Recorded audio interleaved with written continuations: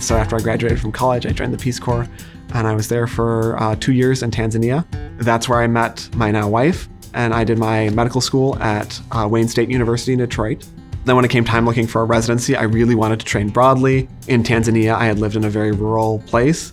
And so I kind of got bit by the rural bug and wanted to stay rural. My wife, likewise. When we looked at residencies, we were looking at rural residencies. And the one that fit the bill best was the Baraboo residency here in Wisconsin. One of my rotations in Baraboo was at the House of Wellness, which is a Ho-Chunk facility. And the doctor there had said, hey, we haven't had a doctor at the Ho-Chunk Healthcare Center in Black River Falls in a few years now. I think that you'd really enjoy it. You should come out and at least do an interview. When I was interviewing here, I asked about getting an ultrasound machine so that I could do simple dating ultrasounds, because I knew that there's the issue with a lot of our patients to get to the hospital. And I was like, I don't really know the economics of it. Joan Green-Dear-Lee, who is the clinic services director here, was like, if it's gonna help the patients, that's our first concern.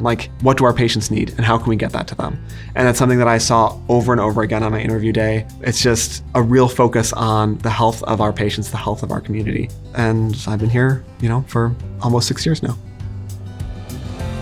I'm an early riser, so I usually get up around 4:30. Basically, I check the hospital census and see, do I have patients in the hospital today, so that I can be at the hospital by 6:30 or 7 so I can start to see my patients before clinic. I get to clinic, again, if I've had a patient, I might not get to clinic till 8:30 or 9. Then I see patients from 9 until noon. Over my lunch hour, the Ho-Chunk Nation does a lot of language and cultural trainings.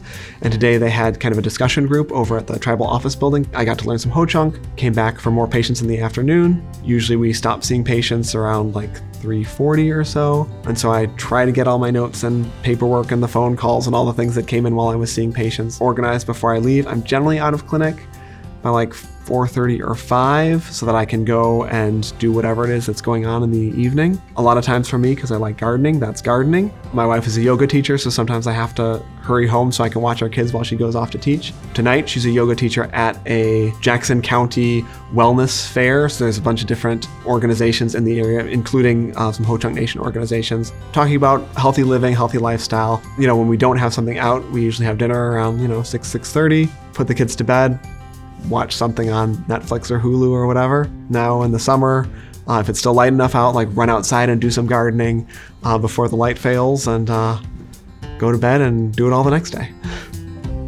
One of the great things also about working in a tribal clinic is the focus on really meeting people where they're at and saying, if our community needs X, Y, or Z, let's figure out how to get it for them. The bottom line is about the health of the Ho-Chunk Nation. When our patients go to other clinics, they sometimes don't feel as welcome. They don't feel like they are able to get the kind of care they want. And so being able to work in a tribal clinic where we have tribal members who direct our operations, who sit on our healthcare accreditation board, so that we know what is important culturally and how to approach things. So training in a rural residency prepared me for my practice, number one, by also being rural.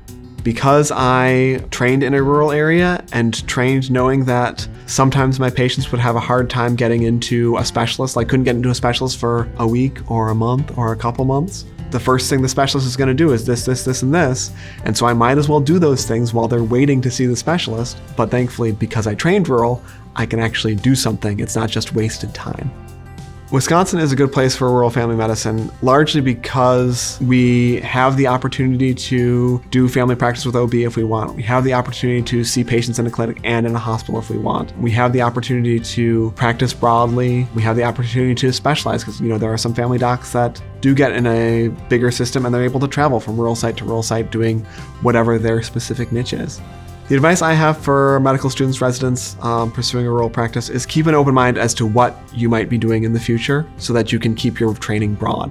Because we don't have that cookie cutter, the system you end up in ends up pretty idiosyncratic and you're not really sure how things are going to turn out until you get there. And so staying broad so you can sort of fit into various circumstances is really helpful. At the same time, if you know where you're going, make sure to take that into account. Be talking with your community. What's some training that I could get to be helpful?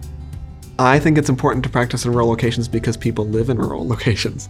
The care between a person and their caregiver is a human right, and it's something that we need to provide to folks. And if we stop giving care in rural areas, it's not that people will stop needing it. If people don't have access to the healthcare that they need, they try to get it other ways, and some of those other ways aren't as safe. And so being able to provide care for people so that they are able to care for themselves is really important. I mean, in my life, I like rural living, so there's a lot of other benefits that way, but it really aligns with my values of people are here, people need medical care, let's give it to them.